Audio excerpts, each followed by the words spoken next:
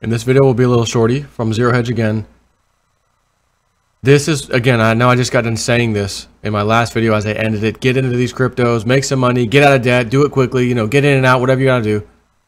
I didn't plan on talking about this right off the bat, like this next video. But as I looked at this thing, this chart defines the 21st century economy from Zero Hedge. Income inequality, the rich, the gap is getting smaller and smaller, super rich, and the rest of us becoming less wealthy, and some of us becoming poor. Which is why I'm sitting here saying, guys, you have an opportunity to not be that statistic on this end, which sucks. Try to be middle to a little higher than middle, possibly, if you can play your cryptocurrencies right. That's why I keep talking about this damn stuff. But this is authored by Charles Hugh Smith of the Of Two Minds blog. There is nothing inevitable, and I'm going to show you this chart in a second. This is insane. There is nothing inevitable about such fast rising income, wealth inequality. It is the only possible output of our financial and pay-to-play political system. One chart defines the 21st century economy and thus its socio-political system, the chart of soaring wealth and income inequality.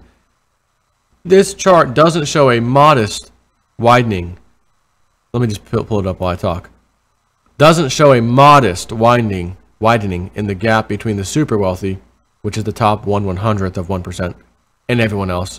There is a veritable Grand Canyon between the super wealthy and everybody else. A gap that is recent in origin.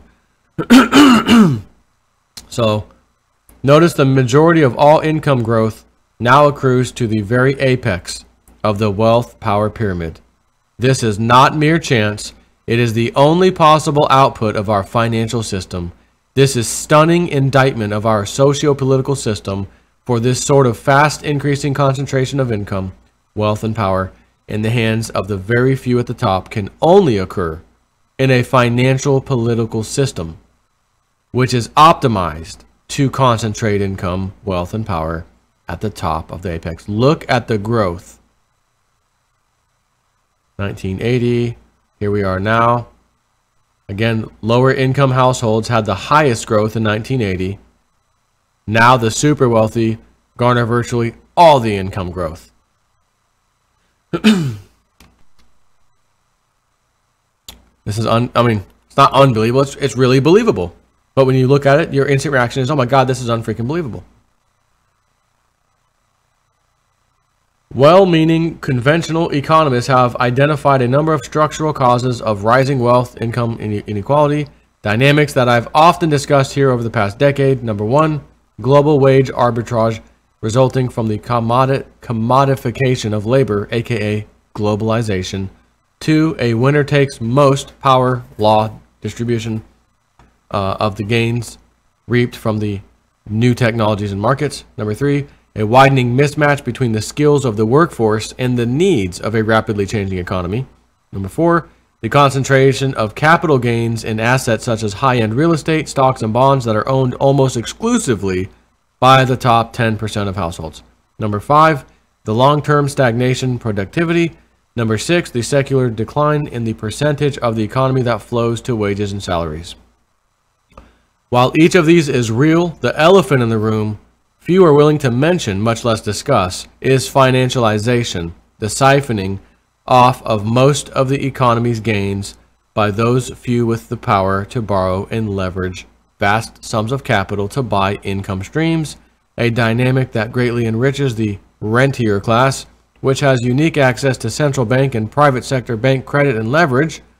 Apologists seek to explain away the soaring concentration of wealth as the inevitable result of some secular trend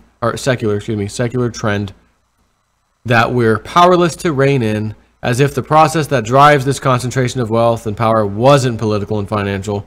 There is nothing inevitable about such fast rising income, wealth inequality. It is the only possible output for our financial and pay-to-play political system.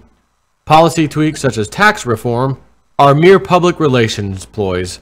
The cancer eating away at our economy and society arises from the Federal Reserve and the structure of our financial system and the degradation of our representative democracy into a pay-to-play auction to the highest effing bidder.